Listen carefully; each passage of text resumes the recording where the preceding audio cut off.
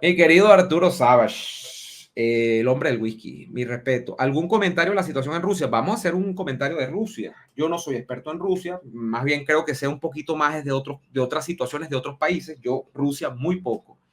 Lo que yo sé básicamente de Rusia, amigos, se los tengo que decir. Lo sé o me interesa en función de que el señor Vladimir Putin ha pasado más de 20 años apoyando al chavismo en mi país, Venezuela.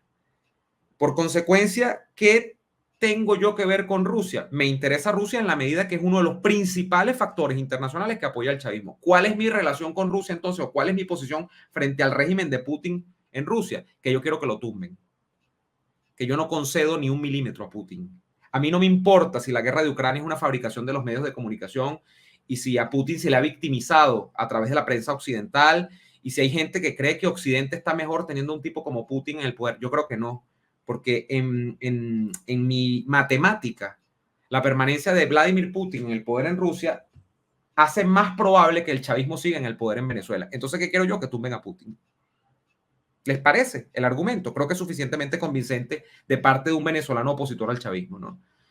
Todo lo demás, accesorio, que si Putin es un conservador, que si Putin está en contra de la agenda LGBT, de la agenda 2030, que si Putin es realmente una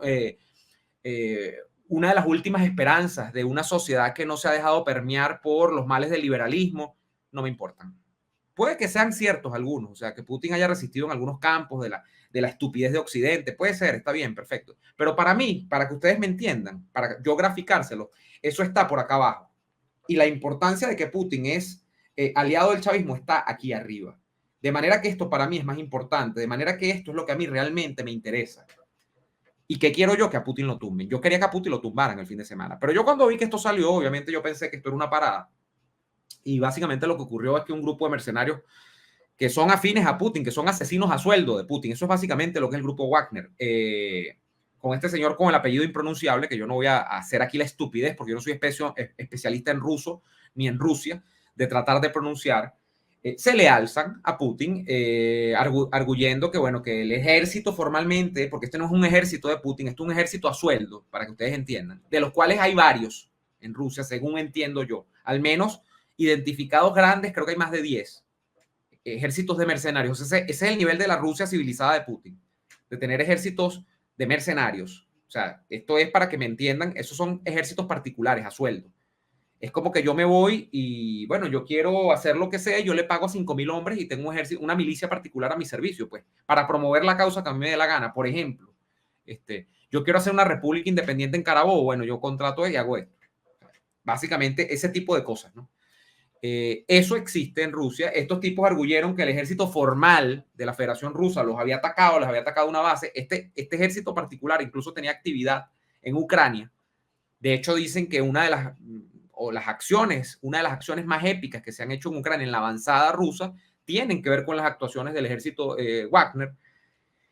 Y a mí me pareció muy raro porque yo dije, verga, o sea, para que se le salga del orden algo a Putin es complicado. O sea, eso sí tiene, o uno ve mucho en Rusia, que es un régimen que uno le ve muy poca fisura. Ya la fisura la solucionan con un suicidio asistido. Es decir, quien se pone belicoso lo tiran por un edificio o lo envenenan. El suicidio ruso o el envenenamiento ruso es una de las metodologías más fascinantes, ¿no? De cómo la gente de repente, oh, murió, de repente, oh, le dio un soponcio, le dio un beriberi, decimos en Venezuela.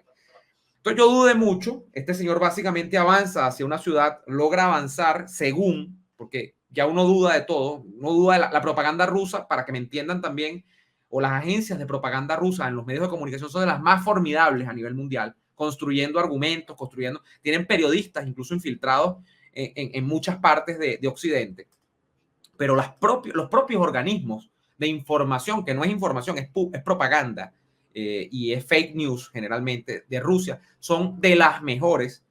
Eso en el plano de la comunicación tradicional, pero incluso la comunicación online, del tema de los hackeos, ustedes mejor que yo saben cuán capaces son los rusos de incursionar en el mundo digital para hackear páginas web de organismos importantes de gobiernos de Occidente. O sea, son de verdad los rusos muy metidos en esto, ¿no? Yo dudé mucho, entonces ellos tomaron supuestamente una ciudad del sur de Rusia, Rostov, iban avanzando, bueno, y de repente se para la vaina. Y negocian. Y de repente el señor del apellido impronunciable llega a un acuerdo con la cúpula del régimen de Putin Y a mí lo que me parece más insólito es que no le hacen nada. Lo dejaron ir. Entonces, bueno, hay interpretaciones varias, ¿no? Claro, tiene una fuerza militar tan importante que, bueno, que está tan amenazando a Moscú que eh, llegaron a ese punto en el que ni uno gana ni el otro gana. Entonces, bueno, lo dejan ir, como que, bueno, tú te tiraste esa aventura, entonces te la vamos a perdonar, pero te tienes que ir. Y el tipo, entiendo, se fue hacia Bielorrusia, que además se mete en el conflicto. Lukashenko y su régimen, que son quizá de los aliados más naturales que ha tenido Putin todo este tiempo, porque además Putin ha ayudado a que Lukashenko, quien es no en vano llamado el último dictador de Europa, porque lo es, el último dictador que queda en Europa. Lukashenko tiene gobernando desde el año 94, creo yo, o 92. Estamos hablando de, ¿qué? Casi 30 años, entre 29 y 30 años tiene gobernando Lukashenko. Se ha mantenido allí porque Putin le ha dado respaldo, ¿no? Y además es limítrofe con Rusia. Se va hacia allá este señor del apellido impronunciable, se van varios de los soldados. De hecho, creo que todos, los perdonaron a todos. Una vaina rarísima, rarísima. Y bueno, he leído hipótesis alternativas que con la que más me he quedado, fíjate, tú te buscas todos los reportajes y te dicen, no se puede saber qué va a pasar. Esto lo puede emplear Putin para tener un argumento para, por ejemplo, terminar de ponerle punto final a estos ejércitos privados. Puede ser una posibilidad. Pero hay gente que dice, y he leído este argumento, me hace más sentido, que se alentó, o sea, no es que los tipos están haciendo un teatro, o sea, realmente sí hubo una avanzada que Putin siempre tuvo controlada, pero que además fue una provocación controlada, porque Putin ha hecho la vieja táctica de alebrestar el avispero para cazar a rebeldes. Es decir, para ver quién es en el ejército, no en este grupo, porque esto obviamente es un grupo que tiene cierta autonomía, son mercenarios, sino no en el ejército privado, Wagner, sino en el ejército formal de Rusia y en los organismos de inteligencia rusos y en la cúpula del poder ruso.